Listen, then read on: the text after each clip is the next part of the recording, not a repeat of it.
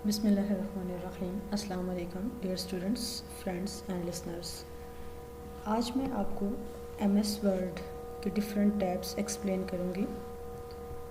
हमारे सामने जो फर्स्ट टैब है that is home and then insert, design, page layout, references, mailings, review and view. तो जब आप अपने डिसर्टेशन को लिख रहे हों या कोई भी टर्म पेपर या रिसर्च पेपर जब आप राइट डाउन कर रहे होंगे तो उस वक़्त इन केस आप APA मैनुअल 6th एडिशन या 7th एडिशन को यूज़ कर रहे हैं for referencing and for formatting, तो कौन कौन सी MS वर्ड की टैब्स के बारे में आपको पता होना चाहिए जो आपके लिए हेल्पफुल होंगी। तो सबसे पहले हम चलते हैं होम टैब पे। होम टैब में देखें कि यहाँ पर हमारे पास है फ़ॉन्ट स्टाइल। तो फ़ॉन्ट स्टाइल की ये जो ड्रॉप डाउन लिस्ट है इस पे हमें टाइम्स न्यू रोमन, कैम्ब्रिया और डिफरेंट जो फ़ॉन्ट स्टाइल्स हैं वो अवेलेबल हैं। जो रिकमेंडेड फ़ॉन्ट स्टाइल है फॉर APA मैनुअल वो है टाइम्स न्यू रोमन। तो टाइम्स न्यू रोमन को आपने सेलेक्ट यहाँ से चूज़ कर लिया। अब टाइम्स न्यू रोमन आपके डॉक्यूमेंट के ऊपर अप्लाई कैसे होगा, इसके लिए आपको क्या करना है, आपको अपने उस डॉक्यूमेंट को सेलेक्ट कर लेना है। तो सेलेक्ट आप कैसे करेंगे, कंट्रोल और ए, या आप सिंपल क्या काम कर सकते हैं कि आप अपने कर्सर को यूज़ करते हुए भी इसको सेलेक्ट कर सकते हैं। तो जैसे जो डॉक्यूमेंट मेरे सामने ओपन है इसको मैंने सेलेक्ट कर लिया और उसके बाद मैंने इस ड्रॉप डाउन लिस्ट पे क्लिक किया। यहाँ से मैंने टाइम्स न्यू रोमन को सिलेक्ट किया और उसके बाद जो इसका फ़ॉन्ट साइज़ है वो मैंने 12 रखा है, एंटर प्रेस कर दिया। तो जो मेरा डॉक्यूमेंट था उसको उसने टाइम्स न्यू रोमन पे एडजस्ट कर दिया है। तो जो फ़ॉन्ट साइज़ और फ़ॉन्ट स्टाइल वो हमने लर्न कर लिया। उसके बाद जो इसके नीचे ऑप्शंस हैं ये है बोल्ड की, और Ctrl+B करके भी आप अपने टेक्स्ट को, जो आपका सिलेक्टेड टेक्स्ट होगा उसको आप बोल्ड कर सकते हैं और फिर आप उसको इसी तरीके से अनबोल्ड भी कर सकते हैं। फॉर एग्ज़ाम्पल ये जो मेरी फ़र्स्ट हेडिंग है government and politics in Pakistan, ये ऑलरेडी बोल्डेड है। अब मैं अगर Ctrl+B करूँगी यानी ये कमांड दूंगी तो ये अनबोल्ड हो जाएगी। अगेन मैं Ctrl+B इनको सेलेक्ट करती हूँ और ये कमांड देती हूँ तो उसके बाद ये जो हेडिंग है ये बोल्ड हो गई है। ये जो इसके साथ है आई, ये है अटैलिक के लिए। तो Ctrl+I से भी आप इसे कर सकते हैं, अटैलिसाइज कर सकते हैं, या फिर आप यहाँ से इस आइकन को यूज़ करते हुए भी कर सकते हैं। इस पर आप क्लिक करेंगे तो यू नोटिस्ड कि इसका जो स्टाइल है वो अटैलिक हो गया है। और नेक्स्ट जो है ये अंडरलाइन के लिए है, Ctrl+U से भी आप कर सकते हैं और अगर इस पर क्लिक किया जाए तो ये अंडरलाइन है। अब अगर आपने इसको ख़त्म करना है तो अगेन इस पर क्लिक कर दें, अटैलिक को ख़त्म करना है तो अगेन इस पर क्लिक कर दें, बोल्ड को अनबोल्ड करना है तो अगेन आप इस पर क्लिक कर देंगे। हमें इसको भी फ़िलहाल बोल्ड ही रखना है तो मैं बोल्ड पे यानी B पे अगेन क्लिक कर रही हूँ। उसके बाद देखिए कि यहाँ पर हमारे पास सबस्क्रिप्ट है और इसके अलावा यहाँ पर हमारे पास क्या है, सुपरस्क्रिप्ट। तो सुपरस्क्रिप्ट के लिए भी उसने आपको कमांड दी हुई है कि आपने इसे कैसे यूज़ करना है। Ctrl+Shift++ आप प्रेस करेंगे। ये क्या है, ये आमतौर पर हम जब फ़ॉन्ट वगैरह जब हमने कोई फुट नोट वगैरह देना होता है या फिर हम कोई डेट लिखते हैं, फॉर एग्ज़ाम्पल आप 2nd लिखते हैं या आप 10th लिखते हैं तो तब आप यूज़ करते हैं।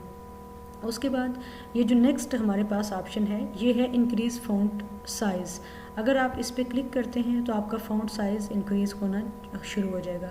आपने नोटिस किया कि पहले जो मेरा फ़ॉन्ट साइज़ था वो 12 था, इस पे मैंने सिंगल क्लिक किया तो ये 14 हो गया। मैं इस पे अगेन क्लिक करती हूँ तो ये 16 हो जाएगा।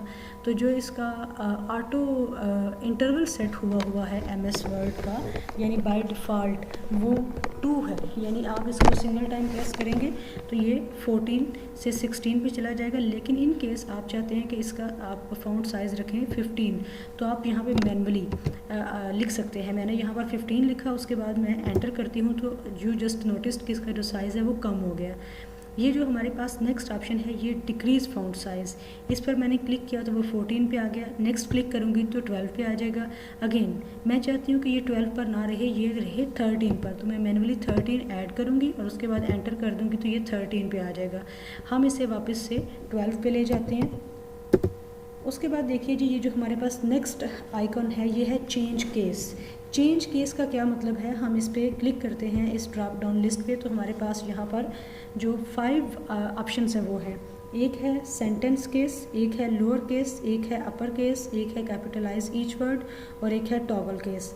हमारे रिलेटेड इस वक्त जो केसेस हैं, जो सिनेरियोज़ हैं, हम उन पर डिस्कस करते हैं। सेंटेंस केस पे अगर आप क्लिक करेंगे तो ये देखें कि फर्स्ट लेटर जो है वो उसने कैपिटल कर दिया है और बाकी सारे को उसने स्मॉल में कर दिया है।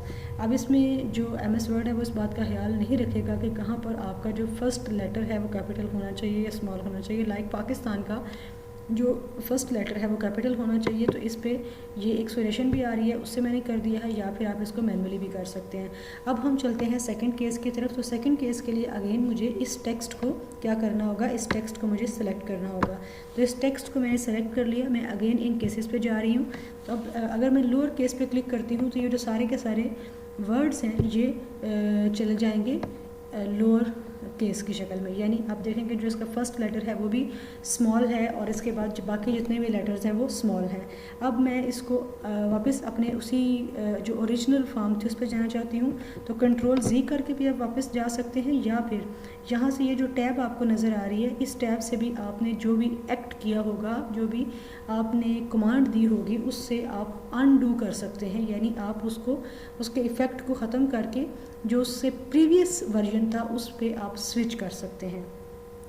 ये हमारा जो टेक्स्ट है ये भी सिलेक्टेड है। अब मैं अगेन केस पे क्लिक कर रही हूँ, तो थर्ड है अपर केस। अपर केस में क्या होगा कि वो हर एक लेटर को कैपिटल कर देगा। तो अपर केस में ये देखें कि उसने किसी बात का कोई ख्याल नहीं रखा कि कहाँ पर लाइक अगर हम एंड को या इन को कैपिटल नहीं करना चाहते, लेकिन चूंकि हमने कमांड दी है अपर केस की, तो अपर केस में उसने हमारे सारे वर्ड्स के सारे लेटर्स को क्या कर दिया, कैपिटल कर दिया है। अगर आप कैपिटलाइज ईच वर्ड करते हैं तो उससे हर एक वर्ड का जो फर्स्ट लेटर है वो कैपिटल हो जाएगा। इसके बाद जो नेक्स्ट केस है वो है टॉगल केस। टॉगल केस में ये देखें कि जो फर्स्ट लेटर है वो स्मॉल है और बाकी बाद में आने वाले सारे लेटर्स कैपिटल हैं। यहाँ पर भी देखें एंड का फर्स्ट लेटर स्मॉल है और बाद में आने वाले लेटर्स कैपिटल हैं। टॉगल केस जो है वो बिल्कुल भी रिक्वायर्ड और रिकमेंडेड नहीं है, इसलिए हम आमतौर पर इसको पढ़ाते भी नहीं हैं, पढ़ते भी नहीं हैं और इसको यूज़ भी नहीं करते। अब मैं इसको क्या करूँगी, मैं यहाँ से इसको अनडू करूँगी। अनडू करूँगी तो मैं किस पे चली गई हूँ, जिसमें फ़र्स्ट लेटर हर एक वर्ड का कैपिटल है। मैं इसको अगेन अनडू करती हूँ तो मैं अपर केस में आ गई हूँ, यानी अपर केस वो केस है जिसमें इस सेंटेंस का हर एक जो वर्ड है उसके तमाम लेटर्स कैपिटल हैं। तो ये जो केस वाला आइकन था, चेंज केस वाला, ये हमने अंडरस्टैंड कर लिया। उसके बाद ये जो नेक्स्ट आपके पास आपको ये आइकन नज़र आ रहा है, ये है clear all formatting. For example आप गूगल से या किसी भी और जगह से कोई डाटा कॉपी करते हैं तो उसके बाद उसका जो बैकग्राउंड कलर होता है वो रिमूव नहीं होता। आप उसे बहुत बार रिमूव करने की ट्राई करते हैं, लेकिन उसके बावजूद भी आप उसको रिमूव करने में कामयाब नहीं होती। तो आप क्या करेंगे, आप अपने टेक्स्ट को सिलेक्ट करेंगे और उसके बाद आप इस पर क्लिक कर देंगे तो आपकी जितनी भी फॉर्मेटिंग होगी वो रिमूव हो जाएगी और उसके बाद आप उसकी न्यू फॉर्मेटिंग कर सकते हैं। तो इसका भी हम एक प्रैक्टिकल करते हैं। गूगल से हम कोई चीज़ कॉपी करते हैं और उसके बाद उसकी फॉर्मेटिंग को मुकम्मल तौर पे क्लियर करते हैं। तो हम चलते हैं यहाँ से गूगल पे। तो यहाँ पे मैं कुछ भी टाइप कर रही हूँ और यहाँ से मैं लिखती हूँ for example what is politics. अब ये जो व्हाट इज़ पॉलिटिक्स की हमारे सामने डेफिनेशन ये निकली है, कुछ इसके मीनिंग्स, इनको मैंने कॉपी किया। कॉपी करने के बाद मैं अपने उसी फाइल पे वापस आ गई, मैंने Ctrl+P किया, इसको पेस्ट कर दिया। अब यहाँ पर देखें कि कोई बैकग्राउंड कलर वगैरह शो नहीं हो रहा, लेकिन इन केस अगर कोई शो हो रहा है तो आप इसको सेलेक्ट करेंगे और उसके बाद इस बटन पे आप, इस आइकन पे आप क्लिक कर देंगे तो ये सारी फॉर्मेटिंग को रिमूव कर देगा और अब ये बिल्कुल इस शक्ल में है कि आप इसको अपनी मर्ज़ी के मुताबिक फॉर्मेट कर सकते हैं। फॉर्मेट करने के लिए सपोज़ मैं इसका जो फ़ॉन्ट साइज़ है वो टाइम्स न्यू रोमन रखती हूँ और जो इसका फ़ॉन्ट स्टाइल था वो टाइम्स न्यू रोमन और जो साइज़ है वो 12 रखती हूँ और मैं इसे कर देती हूँ किसमें, सेंटेंस केस में। सेंटेंस केस में उसने क्या कर दिया कि उसने फर्स्ट लेटर को कैपिटल कर दिया और बाकी जितने भी लेटर्स थे उनको स्मॉल कर दिया। तो ये फॉर्मेटिंग वाला जो आइकन था इसको भी हमने अंडरस्टैंड कर लिया।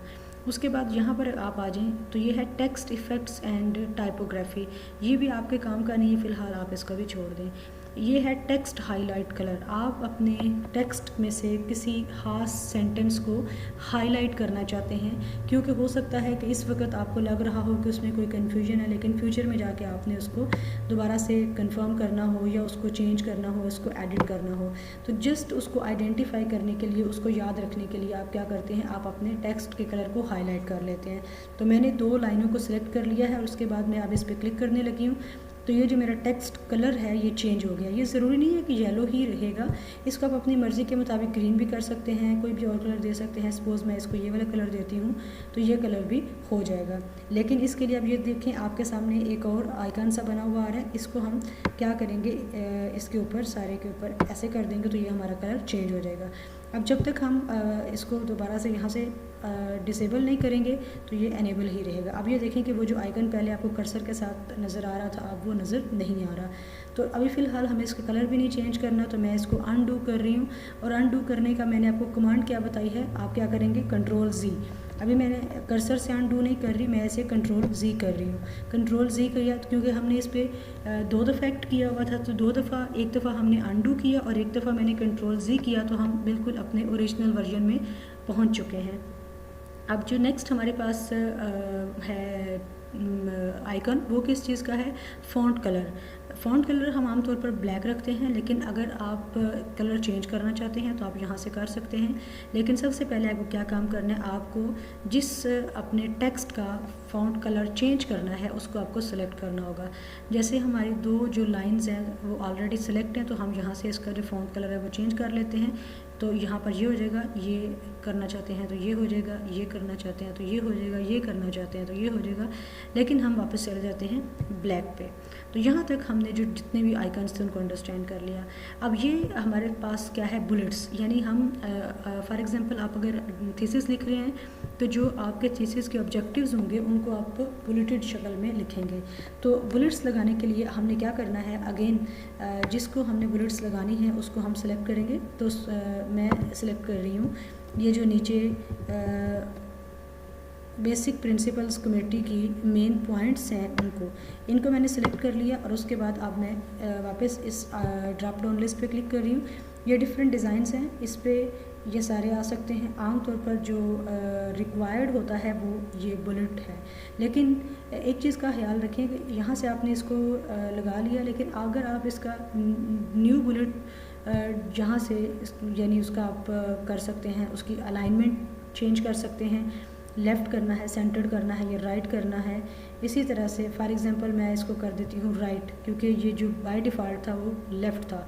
राइट करेंगे तो ये देखें कि वो क्या कर देगा, वो इसको थोड़ा आगे की तरफ ले जाएगा और उसे उसी तरीके से, उसी के अकॉर्डिंग वो उसकी जो अलाइनमेंट है वो कर देगा। अब हम वापस जाते हैं और कहते हैं कि चेंज लिस्ट लेवल।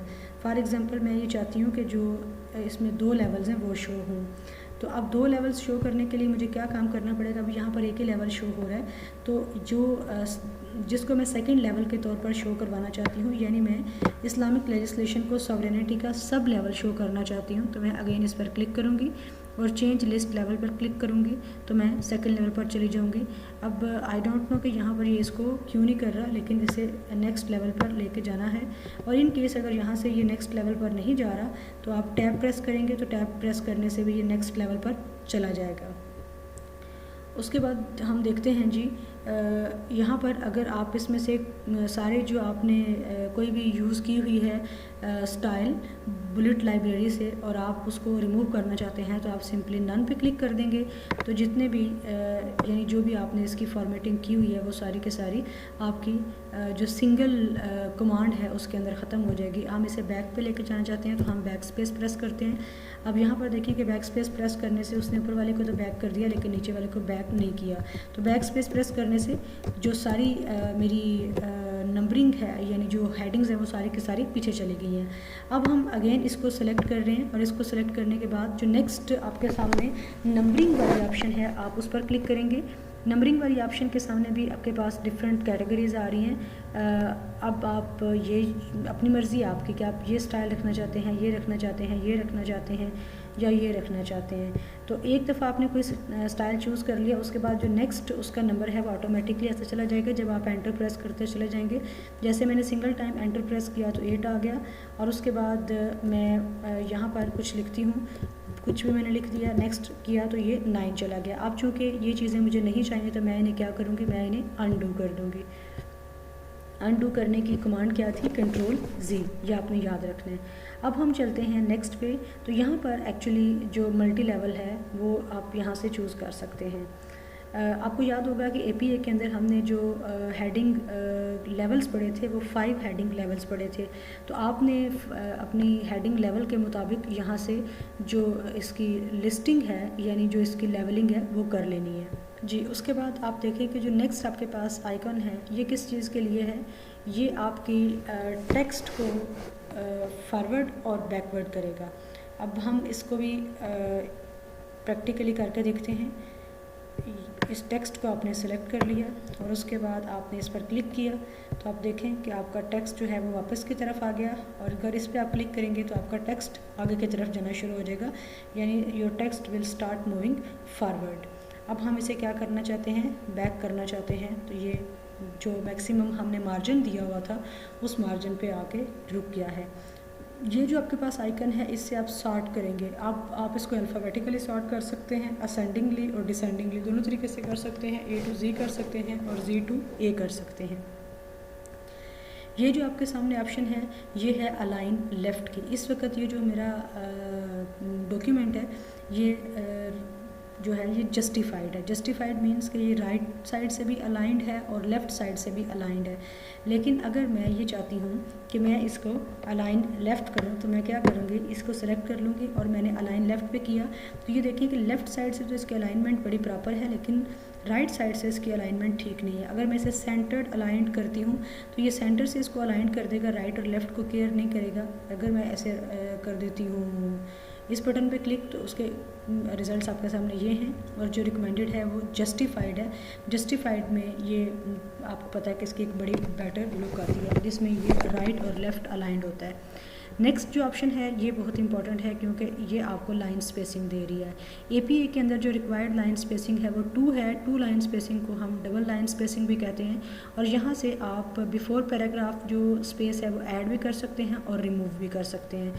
अगर मैं ऐड करती हूँ तो इसका ये देखें यहाँ पर जो पैराग्राफ से पहले स्पेस है वो ऐड हो गई है।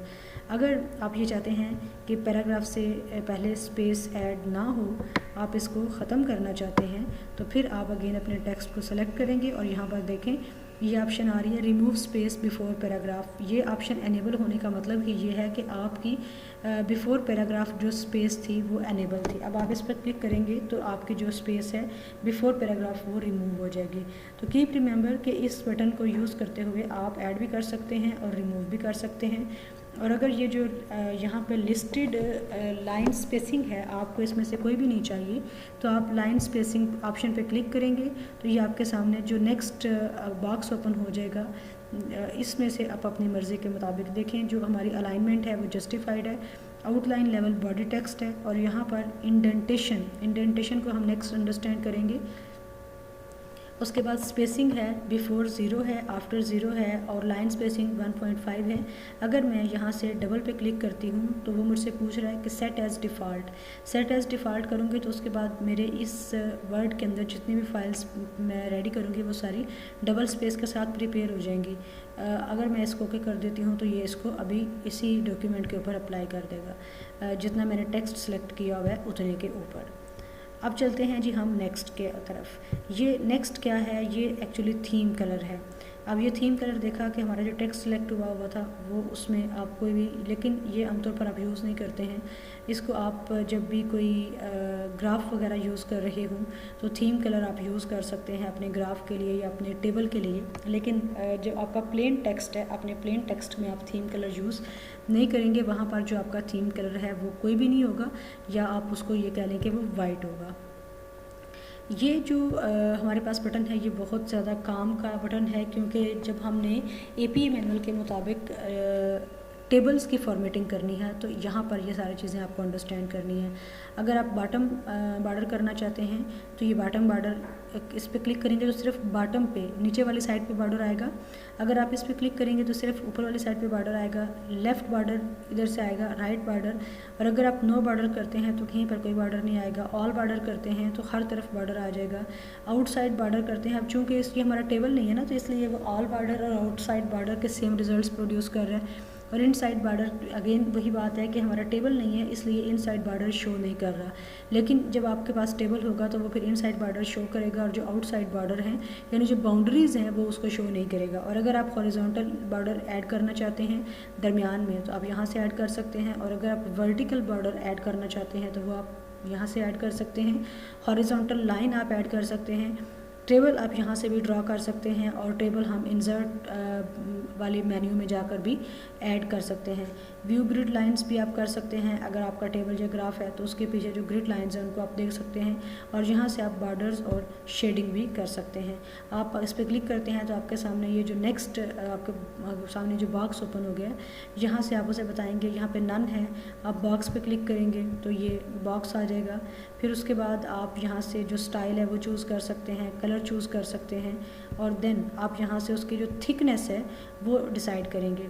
1.2 है, ये देखें साथ उसकी एग्जांपल्स भी हैं कि फॉर एग्जांपल आप 6 पॉइंट पे करते हैं, ओके करते हैं तो ये पूरे के पूरे को उसने इस तरह से एक थिक बॉर्डर दे दिया है। अभी हमें ये बॉर्डर नहीं चाहिए तो हम इसको क्या करेंगे, हम इसे अनडू कर देंगे। Now we are moving forward to our next menu और जो है हेडिंग स्टाइल्स। हेडिंग स्टाइल्स अभी मैं आपको नहीं एक्सप्लेन करूँगी क्योंकि हेडिंग स्टाइल को हम एक्सप्लेन करेंगे जब हम टेबल ऑफ कंटेंट को तैयार करना शुरू करेंगे।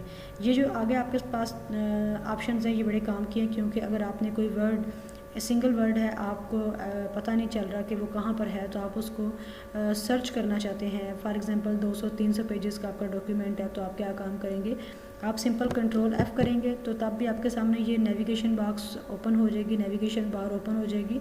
और अगर आपको याद नहीं रहता कि कौन सी कमांड थी तो आप इसको क्या करेंगे, यहाँ पे फाइंड पे क्लिक कर देंगे। फाइंड पर क्लिक करेंगे तो अगेन आपके सामने ये जो नेविगेशन बार है ये आ जाएगी।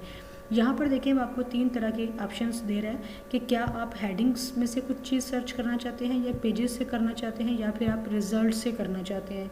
इस नेविगेशन बार से आप डायरेक्टली नेविगेट भी कर सकते हैं। चूँकि इसमें भी हमने हेडिंग्स ऐड नहीं की इसलिए वो हमारी हेडिंग्स को शो नहीं कर रहा। जब हम टेबल ऑफ कंटेंट को डिज़ाइन कर लेंगे तो नेविगेशन बार में हमारी हेडिंग्स भी शो होंगी। पेजेस अभी मौजूद हैं तो इसलिए पेजेस वो शो कर रहे हैं तो आप इसको स्क्रॉल डाउन करके तो किसी भी पेज पे डायरेक्टली जा सकते हैं। लाइक मैं पेज नंबर 7 पे चले जाती हूँ यहाँ से अपनी नेविगेशन बार को यूज़ करते हुए। और ये जो क्रॉस का बटन है ये कह रहा है कि अगर आपने अपनी नेविगेशन बार को क्लोज़ करना है तो आप इसको क्लोज़ भी कर सकते हैं। हमने उस बटन को यूज़ करते हुए क्रॉस के साइन को यूज़ करते हुए उसको क्लोज़ कर दिया। रिप्लेस का ऑप्शन क्या है, अगर आप रिप्लेस पे क्लिक करते हैं तो आप एक वर्ड को दूसरे वर्ड से रिप्लेस करना चाहते हैं पूरे डॉक्यूमेंट के अंदर, लेकिन आपको नहीं पता कि वो पूरे डॉक्यूमेंट के अंदर वर्ड कितनी बार यूज़ हुआ हुआ है। तो अगर आप इसे मैन्युअली करेंगे तो हो सकता है कोई ना कोई जगह ऐसी रह जाए जहाँ पर आपने उसको रिप्लेस ना किया हो, क्योंकि जब आप मैन्युअली कोई भी काम करते हैं तो उसमें मिस्टेक के चांसेस, उसमें एरर के चांसेस ज़्यादा होते हैं। तो इट्स बेटर कि आप अगर ये ऑप्शन मौजूद है MS वर्ड के अंदर तो आप इसको यूटिलाइज़ करें। फॉर एग्ज़ाम्पल मैं नवाज़ वर्ड को मैंने आइडेंटिफाई करना है और मैं इसे रिप्लेस करना चाहती हूँ शरीफ के साथ। तो देखें कि वो मुझसे पूछेगा कि रिप्लेस ऑल, फाइंड नेक्स्ट। तो मैं उसे कहती हूँ रिप्लेस ऑल तो वो कहता है कि all done, we made 11 replacements, यानी मेरे इस 9 पेजर डॉक्यूमेंट के अंदर 11 टाइम्स जो वर्ड नवाज़ था वो यूज़ हुआ था।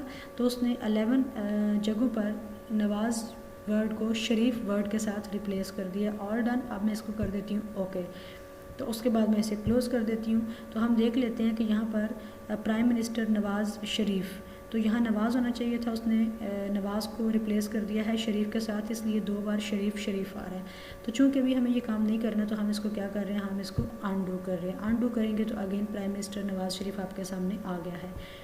ये सेलेक्ट का बटन है, यहाँ से आप सेलेक्ट ऑल करेंगे तो पूरे का पूरा डॉक्यूमेंट सेलेक्ट हो जाएगा। वैसे आप Ctrl+A करते हैं तो आप सेलेक्ट कर सकते हैं। सेलेक्ट ऑब्जेक्ट्स करेंगे तो वो पर्टिकुलर जो ऑब्जेक्ट्स हैं वो सिलेक्ट हो जाएंगे।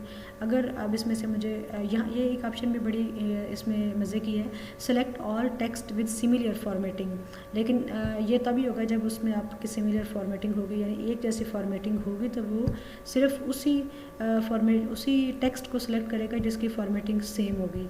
किसी भी दूसरी ऐसी चीज़ को वो सेलेक्ट नहीं करेगा जिसकी फॉर्मेटिंग सेम नहीं होगी। तो फॉर एग्जांपल आपने अपनी सारी जो हेडिंग्स हैं उनको आप एक ही कमांड से सिलेक्ट करना चाहते हैं, तो अगर उनकी फॉर्मेटिंग सेम है, फॉर एग्जांपल सब की फॉर्मेटिंग इस तरह से है कि आपने टाइम्स न्यू रोमन रखा है और जो उसका फ़ॉन्ट साइज़ है वो 14 रखा हुआ है, उनको बोल्ड या इटैलिक रखा हुआ है, तो फिर आप क्या काम करेंगे, आप अपने पूरे डॉक्यूमेंट को सेलेक्ट कर लेंगे और उसके बाद बल्कि सेलेक्ट नहीं करेंगे, सिंपल आप इस पर क्लिक करेंगे, select text with similar formatting पे क्लिक करेंगे तो वो उसको सेलेक्ट कर लेगा।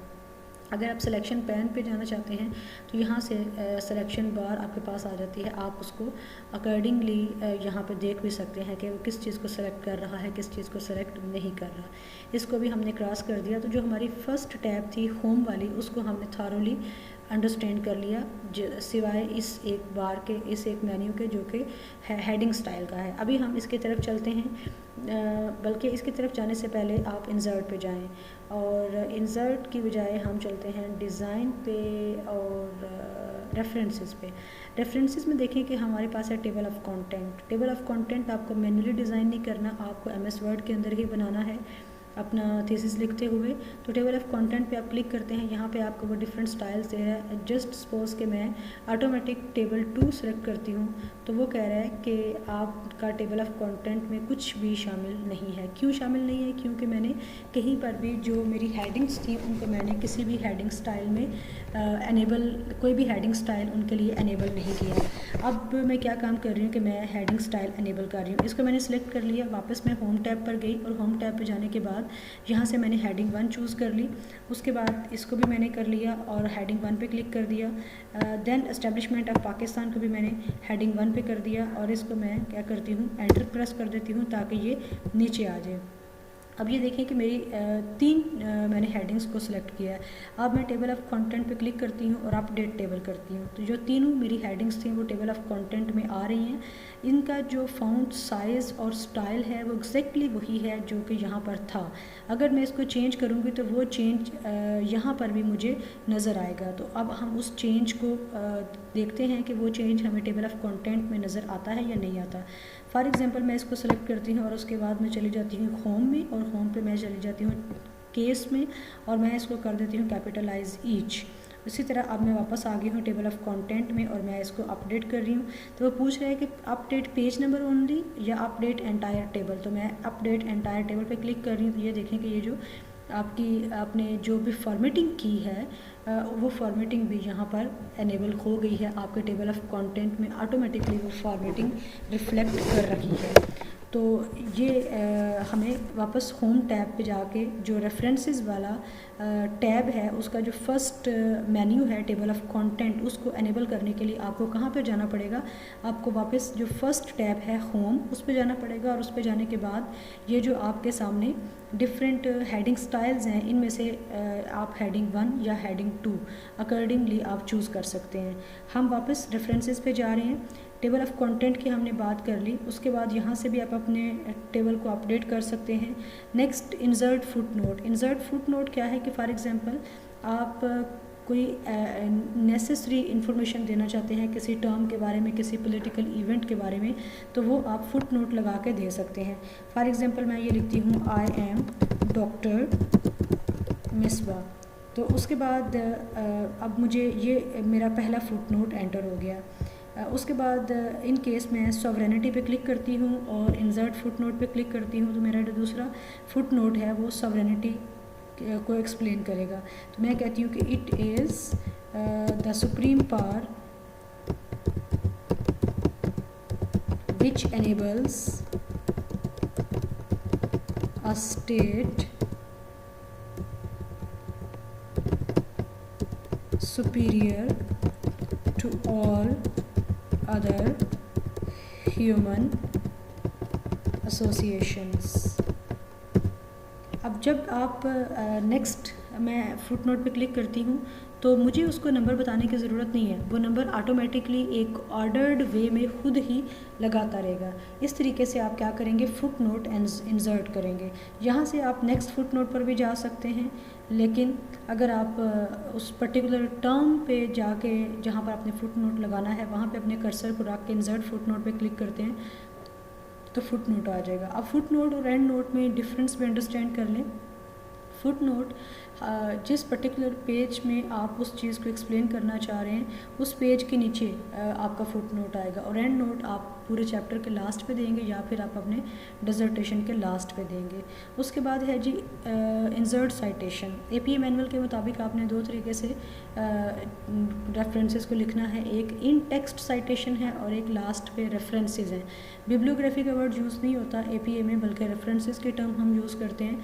तो हम पहले चलते हैं इन टेक्स्ट साइटेशन की तरफ, और मैं ये कहती हूँ कि इंडिपेंडेंस ऑफ जुडिशरी, ये जो मेरा पॉइंट है ये मैंने किसी जगह से लिया है, तो मैं उस सोर्स को कोट करना चाहती हूँ, उसको साइट करना चाहती हूँ, तो मैं क्लिक करूँगी इंसर्ट साइटेशन पे, ऐड न्यू सोर्स पे क्लिक करूँगी, और जब मेरे सामने एक नया बॉक्स ओपन हो जाएगा, टाइप ऑफ सोर्स बुक है या बुक सेक्शन है, जर्नल आर्टिकल है, article in A periodical, conference proceedings, report, और यहाँ पर आप इसको स्क्रॉल डाउन करेंगे तो बहुत सारे और आपके पास सोर्स टाइप्स भी आ जाएंगे। इन केस मैं यहाँ से लेती हूँ जर्नल आर्टिकल, और ऑथर मैं लिख देती हूँ मिसबा शाहीन। यहाँ पर आप ऑथर नेम एंटर करेंगे, उसके बाद टाइटल आप लिख देते हैं पाकिस्तान एन इंडिपेंडेंट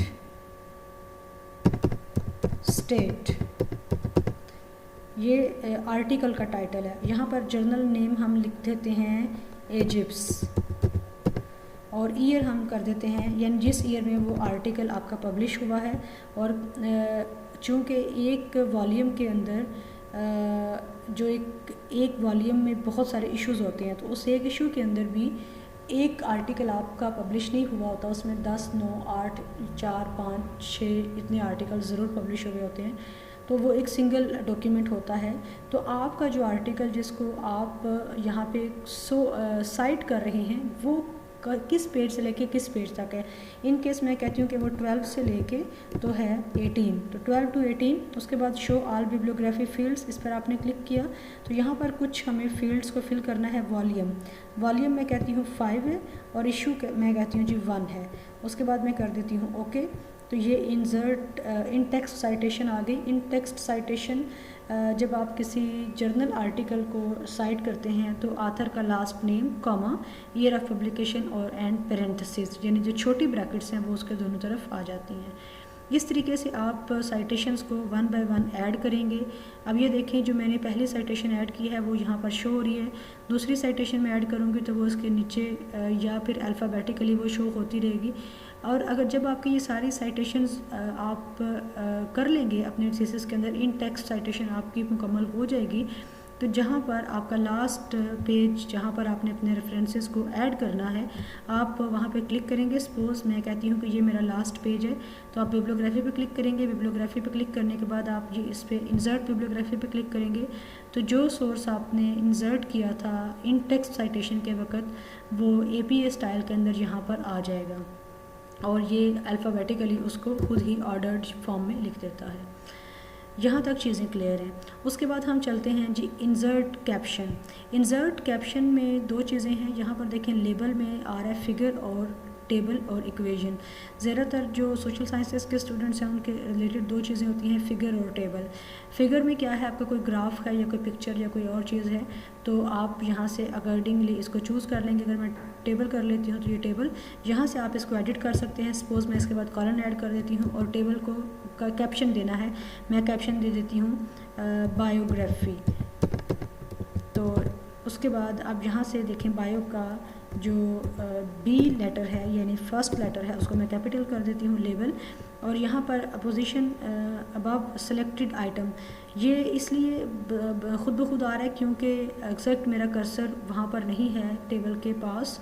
तो ये वैसे आप चेंज भी कर सकते हैं, इसको आप सेलेक्टेड आइटम के नीचे भी ला सकते हैं जो आपका कैप्शन है, और ऊपर भी ला सकते हैं, इसमें ऐसा कोई प्रॉब्लम नहीं है। ओके करती हूँ, तो ये देखें टेबल 1 बायोग्राफी। आप इसकी जो इसका यानी फॉर्मेटिंग है, इसका जो स्टाइल है, जो साइज़ है, वो भी आप चेंज कर सकते हैं। जब इस तरह से आप सारा काम कर लेंगे तो उसके बाद आप इंसर्ट टेबल ऑफ फिगर्स पे क्लिक करेंगे। तो यहाँ पर आपके वो जो फिगर्स आपने ऐड की हैं, या यहाँ से आप कैप्शन लेबल कर लेते हैं, आप इसको फिगर कर देंगे तो वो टेबल यानी फिगर 1, फिगर 2, फिगर 3 कर देगा। टैब लीडर, यहाँ से आप अपनी मर्ज़ी के मुताबिक इसका कर सकते हैं कि आपको ये छोटे डॉट्स वाला लगाना है, बड़े डॉट्स वाला लगाना है, ये लगाना है।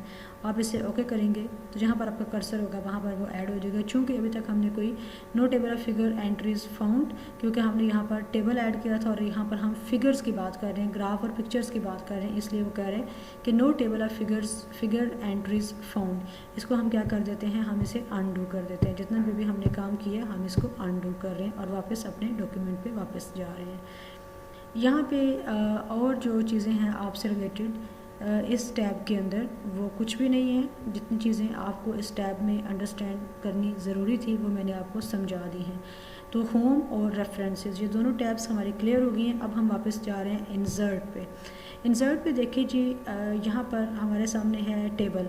तो टेबल को आप यहाँ से ऐड भी कर सकते हैं, लेकिन यहाँ पे ऐड करने के लिए आपको एग्जैक्टली पता होना चाहिए कि आपको कितनी रोज़ और कितने कॉलम चाहिए। फॉर एग्ज़ाम्पल मैं ये कहती हूँ कि मुझे 5 जो हैं वो कॉलम चाहिए और रोज़ मेरी अभी 2 हैं। इधर से आप 3, 4 जितने आप ऐड करना चाहते हैं। अब यहाँ से इसको एक तरीका ये है कि मैं इस पर आप एंटर प्रेस करेंगे तो इसका साइज़ बढ़ जाएगा, और अगर आप टैब प्रेस करेंगे तो एग्जैक्टली उतने ही साइज़ की जो पूरी की पूरी रो है वो ऐड हो जाएगी और वो डिफरेंट कॉलम्स में भी डिवाइड होगी। तो इसको मैं अगेन ये टैब के ज़रिए से, जो टैब बटन है कीबोर्ड का, उसको यूज़ करते हुए मैं इसको एनहेंस कर रही हूँ। अब इसमें से मैं ये चाहती हूँ कि कुछ जो मेरी रोज़ हैं उनको मैं मर्ज कर दूं, या कुछ टेबल्स जो मेरे कॉलम्स हैं उनको मैं मर्ज कर दूं। फॉर एग्ज़ाम्पल मैं ये चाहती हूँ कि यहाँ पर तो मैंने लिखना है नेम, इसको मैंने कैप्शन देना है, तो मैं ये चाहती हूँ कि मैं इसे क्या कर दूँ, मर्ज कर दूँ। तो मर्ज करने के लिए मैं वापस किस पे जा रही हूँ, इंसर्ट पे। और अगर आप इंसर्ट पर नहीं भी जाते तो आप यहाँ से राइट क्लिक करते हैं, और राइट क्लिक करने के बाद मर्ज सेल्स की ऑप्शन आ रही है। तो ये देखें कि उसने मर्ज कर दिया है और ये अब सिंगल सेल की शक्ल में शो हो रहा है।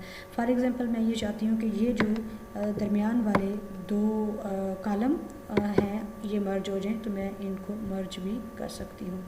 तो यहाँ इनको आप अपनी मर्ज़ी से आप टेबल को जैसे चाहें आप इसको चेंज कर सकते हैं, कहीं पर मर्ज कर सकते हैं, कहीं पर कोई भी ड्रा कर सकते हैं। फॉर एग्ज़ाम्पल मैं चाहती हूँ कि मैं यहाँ पर छोटे छोटे जो कॉलम है वो ड्रा करूँ, तो मैं टेबल पे क्लिक करूँगी, ड्रा टेबल पे क्लिक करूँगी, और यहाँ पे ये जो पेंसिल का साइन आ रहा है इसको यूज़ करते हुए मैं ये यूज़ करूँगी। अब ये इतना बड़ा बड़ा क्यों आ रहा है, क्योंकि हमने इसकी थिकनेस बहुत ज़्यादा की हुई है। तो इसकी थिकनेस ये देखें, इसकी हाइट 2.5 है। तो हम यहाँ से इसको हम इसको यहाँ से इसकी हाइट को कम करते हैं, और उसके बाद हम इसकी विड्थ को भी कम करेंगे। विड्थ को बल्कि हम ऐसा ही रहने देते हैं, ठीक है। अब हमें ये जो इसकी थिकनेस है, ये थिकनेस को ख़त्म करना होगा, और थिकनेस को ख़त्म करने के लिए हमने थिकनेस कहाँ से इंक्रीज़ की थी, रिकॉल कीजिए, क्योंकि हमें वापस उसी ऑप्शन पे जाना पड़ेगा, या फिर यहाँ से भी हम राइट क्लिक करके तो इसकी थिकनेस को ख़त्म कर सकते हैं। तो हम राइट क्लिक करते हैं, राइट क्लिक करने के बाद हम जाते हैं बॉर्डर स्टाइल्स में। तो बॉर्डर स्टाइल्स में जाके तो हम इसको चूज़ कर लेते हैं। तो देखते हैं कि ये उस चीज़ को एक्चुअली ये इसको ड्रेस नहीं कर रहा, हमें वापस जाना पड़ेगा, और वापस जाके लेकिन यहाँ से भी हम इसको कर सकते हैं। Let me check. जी स्टूडेंट्स, हम बात कर रहे थे कि हम इसकी थिकनेस को कैसे ख़त्म कर सकते हैं। तो इसकी थिकनेस को ख़त्म करने के लिए आप क्या करेंगे, आप इसको सेलेक्ट कर लेंगे, और यहाँ से ये आपके पास पेन कलर है, पेन कलर आप चूज़ कर लेते हैं, और उसके बाद यहाँ से आप चूज़ कर लेते हैं ये नो बॉर्डर, या आप ये बॉर्डर देना चाहते हैं। सपोज़ मैं ये बॉर्डर देना चाहती हूँ, तो यहाँ से मैंने पेन कलर चूज़ कर लिया और उसके बाद मैं पेन कलर इस पे लगा दूँगी। तो ये जो मैंने इसका स्टाइल चूज़ किया है ये उस स्टाइल में कन्वर्ट हो जाएगा, इसकी जो थिकनेस है वो भी ख़त्म हो जाएगी। और फिर भी अगर आप कोई और साइज़ चूज़ करना चाहते हैं, फॉर एग्ज़ाम्पल आप ये करना चाहते हैं, तो अगेन आप इसको यूज़ करेंगे तो आप अकॉर्डिंगली इसको कर सकते हैं। ठीक हो गया। अब इन केस आप इसमें एक नई जो रो है वो ऐड करना चाहते हैं, तो रो ऐड करने के लिए आप क्या करेंगे, आप इंसर्ट पे जाएंगे, टेबल पे क्लिक करेंगे, आप ड्रॉ टेबल पे क्लिक करेंगे, आपके सामने अगेन वो पेंसिल आ जाएगी। आप यहाँ पर रो ऐड करना चाहते हैं, रो ऐड हो जाएगी। आप यहाँ पर भी एक रो जस्ट 1 मिनट, आप यहाँ पर एक नई रो ऐड करना चाहते हैं, यहाँ पर भी हो जाएगी। यहाँ पर आप करना चाहते हैं, यहाँ पर भी हो जाएगी। यानी आप पूरे के पूरे टेबल को अपनी मर्ज़ी के मुताबिक एडजस्ट कर सकते हैं। कहाँ से आपने किस सेल को मर्ज करना है, किस को आपने स्प्लिट करना है, जो कुछ भी आप टेबल के साथ करना चाहते हैं वो मैनुअली या डिफरेंट कमांड्स यूज़ करते हुए आप कर सकते हैं। यहाँ से आप अपने टेबल के अंदर जो कुछ भी लिखा हुआ है आप उसकी जो टेक्स्ट की डायरेक्शन है वो उसको दे सकते हैं। फॉर एग्ज़ाम्पल यहाँ पर मैं कुछ भी लिख रही हूँ, तो उसके बाद हम देखते हैं कि हम इसे कैसे इसकी डायरेक्शन को चेंज करेंगे। तो इसमें भी कुछ ऐड कर लेते हैं और इस सेल में भी कुछ ऐड कर लेते हैं, इसमें भी कुछ ऐड कर लेते हैं, इसमें भी कुछ ऐड कर लेते हैं। यहाँ पर देखिए अब ये जो इसका आपको साइज़ नज़र आई, ये नीचे की तरफ है, ये ऊपर की तरफ है। तो हम क्या करते हैं, हम इस सारे को सेलेक्ट कर लेते हैं और यहाँ से हम उसे डायरेक्शन दे देते हैं, अलाइन टॉप लेफ़्ट कर देते हैं। ठीक है, तो ये उसने क्या किया है, साथ हमारी जो फॉर्मेटिंग थी वो भी हमें बता दी है। सपोज़ हम इसको ऐसे कर लेते हैं, या फिर आप इसको कर लेते हैं अलाइन सेंटर राइट, या फिर आप इसे कर लेते हैं ये है आपका अलाइन, ये लेफ़्ट और बॉटम अलाइन है। आप आमतौर पर हम क्या करते हैं, हम अलाइन टॉप लेफ़्ट करते हैं। तो अलाइन टॉप लेफ़्ट करने से अब यहाँ पर ये देखें कि ये अलाइन टॉप लेफ़्ट अभी तक नहीं हुआ, तो हमें देखना है कि ये अलाइन टॉप लेफ़्ट क्यों नहीं हुआ। इसको अलाइन टॉप लेफ़्ट करने के लिए हम अगेन क्या करेंगे, इसको सेलेक्ट कर लेंगे इन दोनों को और देखते हैं कि ये अलाइन टॉप लेफ़्ट क्यों नहीं हो रहा। इसकी जो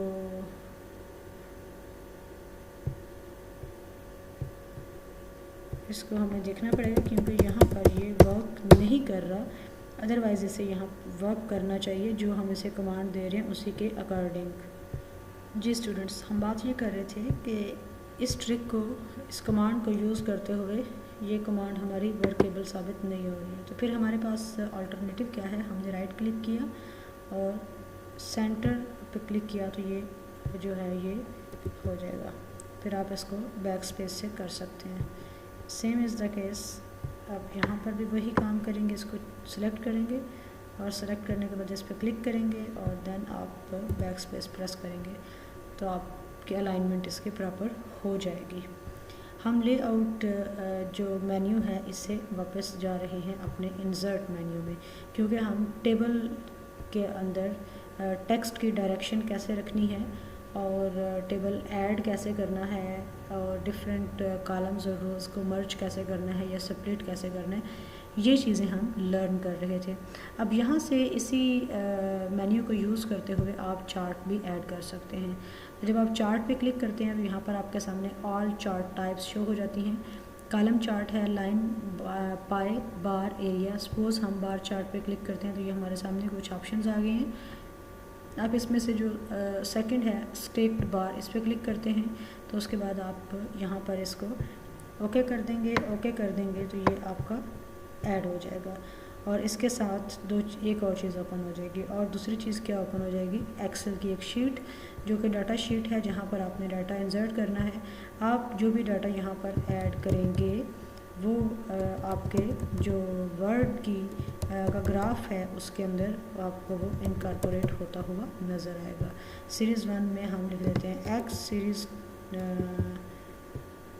2 में हम लिख देते हैं वाई और 3 में हम लिख देते हैं जी। यहाँ पर जो ऑलरेडी डाटा है वही हम रहने देते हैं, इसको हम अब क्लोज़ कर देंगे। तो मैं आपको चार्ट दिखा रही हूँ कि चार्ट किस तरह से हमारे सामने आया है। इसको हम थोड़ा सा स्क्रॉल करते हैं तो ये आपके सामने चार्ट आ गया, क्योंकि ये हमने 3 सीरीज़ दी थी X, Y और Z, और यहाँ पर हमने उन सीरीज़ के नाम रखे थे और डाटा को हमने चेंज नहीं किया था, जैसा है था वैसे का वैसे ही था। आप इस पर क्लिक करके तो चार्ट टाइटल यहाँ पर दे सकते हैं। अब हम इस सारे को करते हैं अनडू, ताकि ये जो सारा पेज हमारा ख़राब हो गया है, हमने इस पर बहुत सारा ख़राब कर दिया, इसका बहुत गंद मार दिया है, ये सारे का सारा क्या हो जाए, ये वापस चला जाए। तो जो आप कंट्रोल Z करते चले जाएंगे या आप इस बटन पर क्लिक करते चले जाएंगे तो वो सारी चीज़ें आपकी क्या हो रही हैं, आप वापस जा रहे हैं। जो आपका ओरिजिनल टेक्स्ट था, जो आपका ओरिजिनल वर्जन था, आप उसकी तरफ वापस जा रहे हैं। मीन्स कि हम उस पॉइंट तक वापस जाने की कोशिश कर रहे हैं जब हमने यहाँ पर टेबल ऐड किया था। तो चूँकि हमने टेबल ऐड कैसे करना है, टेबल की जो सारी प्रॉपर्टीज़ हैं उनको हमने अंडरस्टैंड कर लिया है, तो अब हम चलते हैं जो इंसर्ट ऑप्शन है इसकी नेक्स्ट जो हमारे पास मेन्यू है वो, इसमें हमने चार्ट को भी अंडरस्टैंड कर लिया है। बाकी यहाँ पर हमारे काम की चीज़ें हैं हेडर और फुटर, क्योंकि हमें हेडर में रनिंग हेड देना होता है और रनिंग हेड में क्या ऐड करना होता है, टाइटल। तो आप यहाँ पे क्लिक करते हैं तो आप करेंगे एडिट हेडर। यहाँ पर आप फॉर एग्ज़ाम्पल टाइटल देते हैं आई एम अ गर्ल, तो जो टाइटल आप यहाँ पर देंगे वो आपके हर एक, अब यहाँ से आप इसका हेडर 0.49 है, आप इसको 0.4 भी कर सकते हैं। Same is the case with footer चूँकि उसको भी आप यहाँ से एडिट कर सकते हैं। ओके करते हैं तो देखते हैं कि हमारा जो हेडर है वो आ रहा है हर एक पेज के शुरू पर या नहीं आ रहा। एक्चुअली हमने उसका जो था ना वो बहुत कम कर दिया, ये देखें ये शो हो रहा है। तो अगर आपको ये लग रहा है कि ये बहुत कम है तो आप इस पर क्लिक करें, तो आप इसको बढ़ा भी सकते हैं। आप इसको 0.3 करेंगे तो और कम होता चला जाएगा। हम इसको कर देते हैं एटलीस्ट, हम इसे करते हैं 1 कर देते हैं, तो 1 करने से ये आ गया, ठीक हो गया। 1 भी ज़्यादा है, आप इसको देख लीजिए कि जो रिक्वायरमेंट है उसके अकॉर्डिंग आप इसको एडजस्ट कर लीजिए। एडजस्ट करने का जो मेथड है वो मैंने आपको एक्सप्लेन कर दिया है। वापस इंसर्ट पे जो टैब है उस पर वापस आ जाएं। हेडर और फुटर, यहाँ से आप पेज नंबर लगा सकते हैं। पेज पे आप क्लिक करेंगे तो आपसे पूछ रहा है कि top of the page, bottom of the page, page margin आप कितना देना चाहते हैं, करंट पोजीशन यानी जहाँ पर आपका कर्सर रखा हुआ है कि आप वहाँ पर ही वहाँ से पेज नंबरिंग कंटिन्यू करना चाहते हैं, और यहाँ से आप अपने पेज नंबर को फॉर्मेट कर सकते हैं। लेट्स सपोज हम इस पर क्लिक करते हैं तो वो पूछ रहे हैं कि नंबर फॉर्मेट, यानी आपने ये रखना है फॉर्मेट, ये रखना है, ये रखना है। आमतौर पर ये जो ये वाला फॉर्मेट है ये हम इंट्रोडक्शन से पहले वाले जो पेजेस होते हैं उनके लिए लगाते हैं, और इंट्रोडक्शन के बाद इंट्रोडक्शन ऑनवर्ड हम जो 1, 2, 3 है इसको यूज़ करते हैं। इंक्लूड चैप्टर नंबर, अगर आप इस पर क्लिक करते हैं तो वो फिर आ जाता है, और अगर आप इसको डिसेबल कर देते हैं तो ये चीज़ नहीं आएगी। और अगर आपने कोई जो नया पेज नंबर यूज़ करना है, फॉर एग्जांपल आप कहते हैं कि वो स्टार्ट 1 से ना हो, वो स्टार्ट हो 10 से, तो यहाँ पर आप उसे कमांड दे देंगे, ओके करेंगे तो वो उसे 10 से ही स्टार्ट करेगा। तो देखते हैं कि उसने एक्चुअली हमने उसको लेट मी चेक कि हमने इसको कमांड तो दी है, लेकिन पेज नंबर लगाने की कमांड हमने नहीं दी। वो जस्ट मैंने आपको बताया है कि आप वहाँ पे 10 रखेंगे और उसके बाद आप उसको कमांड देंगे तो वो अकॉर्डिंगली कर लेगा। तो इसको हम एक दफ़ा कर ही लेते हैं। हम लगाते हैं जी फॉर्मेट पेज नंबर, और अभी हमारा जो कर्सर है ये इस जगह पर है, तो हम करते हैं स्टार्ट एट 5 कर देते हैं, क्योंकि इतने तो हमारे पेजेस ही नहीं है 10, तो हम स्टार्ट एट 5 कर देते हैं। तो देखते हैं कि कहीं पर शुरू हुआ है, पेज नंबर लगा है या नहीं लगा। अगर नहीं लगा तो फिर हम इसको देखते हैं कि क्यों नहीं लगा और हम इसे कैसे इस इशू को सेटल डाउन कर सकते हैं। तो हम इसे ज़रा देखते हैं। पेज नंबर पे वापस जाके आप क्या करते हैं, आप बॉटम ऑफ पेज पे जाते हैं, लेट मी चेक अगेन, और अब ये इसने लगा दिया है 13 पेजेस, यानी अब इसने इसको पेज नंबरिंग कर दी है। अब हम क्या करते हैं, हम वापस पेज नंबर पे जाते हैं और अब जाके हम फॉर्मेट पेज नंबर करते हैं और देखते हैं कि स्टार्ट एट 5 का इस पर कोई हाँ जी, ये देखें एक्जैक्टली उसने स्टार्ट एट 5 कर दिया है, यानी ये आपका जो पहला पेज है उसको उसने 5 से स्टार्ट कर दिया है। तो अगर आप अपनी मर्ज़ी के मुताबिक उसको स्टार्ट करवाना चाहते हैं 1 की बजाय, यानी बाय डिफ़ॉल्ट जो सेटिंग है उसकी बजाय, तो तब आप इस मेथड को यूज़ करते हुए ये काम कर सकते हैं। वापस आ जाइए इंसर्ट टैब पे, तो पेज नंबर हम लगा चुके हैं। टेक्स्ट बॉक्स आपके किसी काम का नहीं है, इसलिए फ़िलहाल इसको छोड़ दीजिए। तो अभी तक हमने कितनी टैब्स को अंडरस्टैंड कर लिया है, होम को, इंसर्ट को और रेफरेंसेस को। तो ये 3 टैब्स को आप प्रैक्टिस कीजिए। उसके बाद जो डिज़ाइन, पेज लेआउट, रिव्यू और व्यू, ये जो टैब्स हैं इनको इंशाल्लाह ताला हम नेक्स्ट लेक्चर में अंडरस्टैंड करने की कोशिश करेंगे। आई होप कि जो टैब्स अभी मैंने आपको एक्सप्लेन की हैं या एक दफ़ा अपने हाथ से इन सारी टैब्स पे प्रैक्टिस करेंगे तो होप्स हो कि आपको एग्ज़ाम में किसी किस्म की कोई परेशानी फेस नहीं करनी पड़ेगी। Wish you good luck, take care, Allah हाफ़िज़।